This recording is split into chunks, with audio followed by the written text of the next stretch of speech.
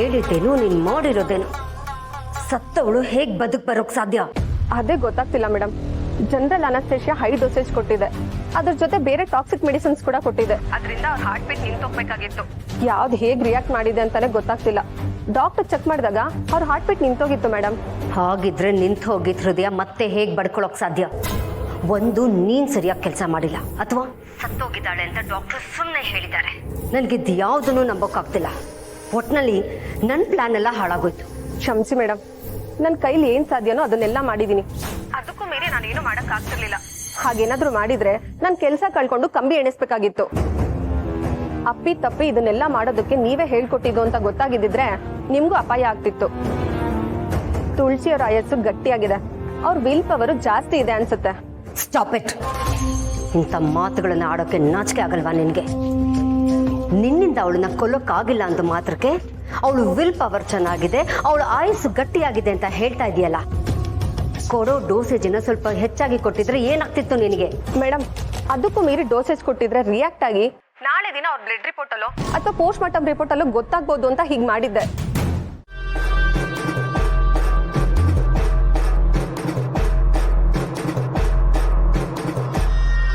ಎಲ್ಲ ದೇವರ ಕೃಪೆ. ತುಳಸಿಯವರು ಮತ್ತೆ ಉಳ್ಕೊಂಡ್ಬಿಟ್ರು. ಅವ್ರಿಲ್ಲ ಅನ್ನೋದನ್ನ ನನ್ನಿಂದ ನೆನ್ಸ್ಕೊಳ್ಳೋಕ್ಕೂ ಆಗಲ್ಲ. ಹೇಗಿದ್ದೀರಾ ತುಳಸಿ ಅವರೇ? ಪರವಾಗಿಲ್ಲ ಡಾಕ್ಟ್ರೆ. ನಾನೀಗ ನಿಮ್ಮೆಲ್ಲರ ಕ್ಷಮೆ ಕೇಳಬೇಕು ಅಂತ ಬಂದೆ. ಇವತ್ತು ನಡೆದಿದ್ದು ನಮ್ಮ ಕೈ ಮೀರಿದ ಘಟನೆ. ನಿಮ್ಮ ದೇಹದಲ್ಲಿ ಟಾಕ್ಸಿಕ್ ಅಂಶಗಳು ಅಂದರೆ ವಿಷಕಾರಿ ಅಂಶಗಳು ಹೇಗೆ ಹೋಯ್ತು ಅಂತ ನಮಗೆ ಗೊತ್ತಾಗ್ತಿಲ್ಲ.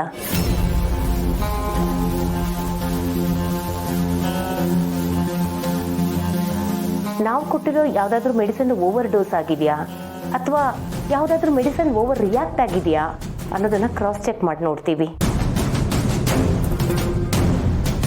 ಒಂದು ವೇಳೆ ನಮ್ಮ ಸ್ಟಾಫ್ ನಿರ್ಲಕ್ಷ್ಯದಿಂದ ಏನಾದರೂ ಈ ರೀತಿ ಆಗಿದ್ರೆ ನಾವು ಖಂಡಿತ ಕ್ರಮ ಕೈಗೊಳ್ತೀವಿ. ಅವರನ್ನೆಲ್ಲ ಕೆಲಸದಿಂದ ತೆಗೆದು ಪೊಲೀಸ್ನವ್ರಿಗೆ ಕಂಪ್ಲೇಂಟ್ ಕೊಡ್ತೀವಿ. ಅಯ್ಯೋ, ಈಗ ಅದ್ರ ಬಗ್ಗೆ ಎಲ್ಲ ಮಾತು ಯಾಕೆ ಬಿಡಿ ಡಾಕ್ಟ್ರೆ. ನಮ್ಮನೆ ಮಹಾಲಕ್ಷ್ಮಿ ಉಳ್ಕೊಂಡ್ಬಿಟ್ರಲ್ಲ, ನಮ್ಗಷ್ಟೇ ಸಾಕು.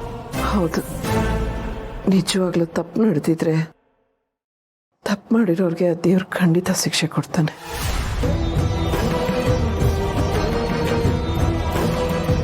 ಈಗ ನಾನು ಅದ್ರ ಬಗ್ಗೆ ಎಲ್ಲ ತಲೆ ಕೆಡಿಸ್ಕೊಳಕ್ಕಾಗಲ್ಲ. ನಾನೀಗ ನಮ್ಮ ಮನೆಯವ್ರ ಜೊತೆ ಸಮಯ ಕಳಿಬೇಕು. ನನಗಷ್ಟೇ ಸಾಕು ಡಾಕ್ಟರ್. ಅಮ್ಮ, ಆದರೂ ಈ ರೀತಿ ಆದಾಗೆಲ್ಲ ನಾವು ಇವ್ರ ಮೇಲೆ ಆಕ್ಷನ್ ತಗೋಬೇಕಲ್ವಾ? ಹಾಸ್ಪಿಟ್ಲ್ ಅವ್ರು ಈ ಥರ ಹೇಳಿ ನಾವೇನಾದರೂ ಮುಂದುವರೆದು ಬಿಡಬೇ. ಈಗ ಈ ಮಾತೆಲ್ಲ ಯಾಕೆ? ಅಮ್ಮ ಹೇಳ್ದ ಹಾಗೆ ತಪ್ಪು ಮಾಡೋರಿಗೆ ದೇವ್ರ ಶಿಕ್ಷೆ ಕೊಡ್ತಾನೆ. ಈಗ ನಾವು ಸಂಭ್ರಮದಲ್ಲಿರಬೇಕು. ಹೌದು, ನಮಗೀಗ ಎರಡೆರಡು ಸಂಭ್ರಮ. ಒಂದು ಪಾಪ ಹುಟ್ಟಿದ್ದು, ಇನ್ನೊಂದು ಅಮ್ಮ ಮತ್ತೆ ನಮಗೋಸ್ಕರ ಬಂದಿದ್ದು. ಈ ಖುಷಿ ಮುಂದೆ ಇನ್ನೇನು ಬೇಡ. ಇನ್ಮೇಲೆ ನಮ್ಮ ಮನೇಲಿ ಹಬ್ಬನೇ ನಡೆಯುತ್ತೆ.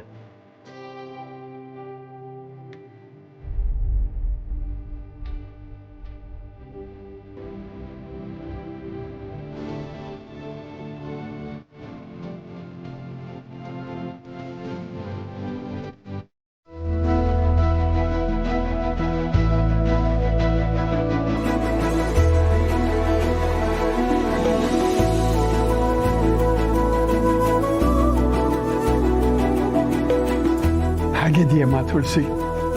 ಹೋದ ಜೀವ ಬಂದಿದ್ದು ನಿನಗಲ್ಲ, ನಮ್ಮಗಳಿಗೆ. ನಿನಗೇನಾದರೂ ಹೆಚ್ಚು ಕಮ್ಮಿ ಆಗಿದ್ದಿದ್ರೆ ನಾನಂತೂ ಬದುಕ್ತಿರ್ಲಿಲ್ಲ. ಬಿಡ್ತು ನಿಮ್ಮವ್ವ. ನಿಮ್ಮ ಆಶೀರ್ವಾದ ನನ್ನ ಮೇಲಿರೋವರೆಗೂ ಏನೂ ಆಗಲ್ಲ. ನಾ ಹೇಳಿಲ್ವಾ ತಾತ ಅಮ್ಮಂಗೇನೂ ಆಗಲ್ಲ ಅಂತ? ಅಮ್ಮ, ಒಂದ್ ನಿಮಿಷ ಆರತಿ ಮಾಡ್ತೀವಿ.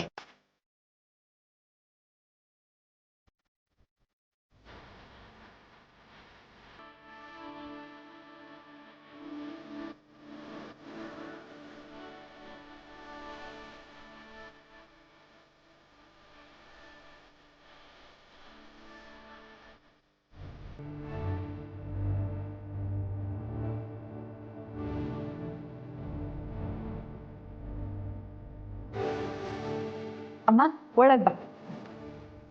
ಸರ್ಪ್ರೈಸ್.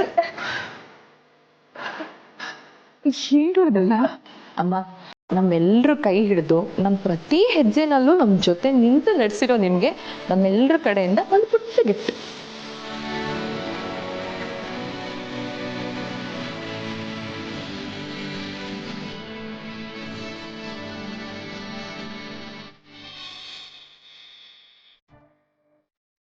ಪುಟಿ ನಾ ಬಂದಾಯ್ತಲ್ಲ, ಹೀಗೆ ಯಾಕೆ ಹೇಳ್ತಾ ಇದೀಯಾ?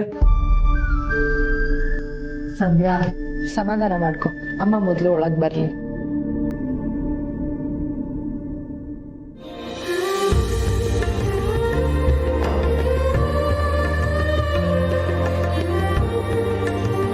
ಅಮ್ಮ, ಮಗು ಎಲ್ಲಿ? ನಾನು ಮಗುನ್ ನೋಡ್ಬೇಕು, ಆಗ್ಲಿಂದ ಕಾಯ್ತಿದ್ದೀನಿ ಗೊತ್ತಾ? ಮಗುನಾ? ಮಗು ಇಲ್ಲಿಗೆ ಬರ್ಲಿಲ್ವಲ್ಲ. ಮಗುನ ಪೂರ್ಣಿ ಜೊತೆ ನಮ್ಮ ಮನೆಗೆ ಕಳಿಸ್ಬಿಟ್ವಿ. ಅಮ್ಮನ ಬಿಟ್ಟೋಗೋಣ ಅಂತ ಬಂದ್ವಿ. ಏನ್ ಹೇಳ್ತಾ ಇದ್ದೀರಾ ನೀವು? ತಾಯಿ ಒಂದ್ ಕಡೆ, ಮಗು ಒಂದ್ ಕಡೆ, ಇದು ಸರಿನಾ? ಅದೆಲ್ಲ ನನಗೆ ಗೊತ್ತಿಲ್ಲ. ನಾನಂತೂ ಮಗುನ್ ನೋಡ್ಲೇಬೇಕು. ನಾನು ಈಗಲೇ ಹೋಗಿ ಕರ್ಕೊಂಡ್ ಬರ್ತೀನಿ ಅಷ್ಟೇ. ಏ ದಡ್ಡಿ, ಅಮ್ಮನ್ನ ಇಲ್ಲಿವರೆಗೂ ಕರ್ಕೊಂಬಂದು ಮಗನ ಅಲ್ಲೇ ಬಿಡಕ್ಕಾಗತ್ತಾ?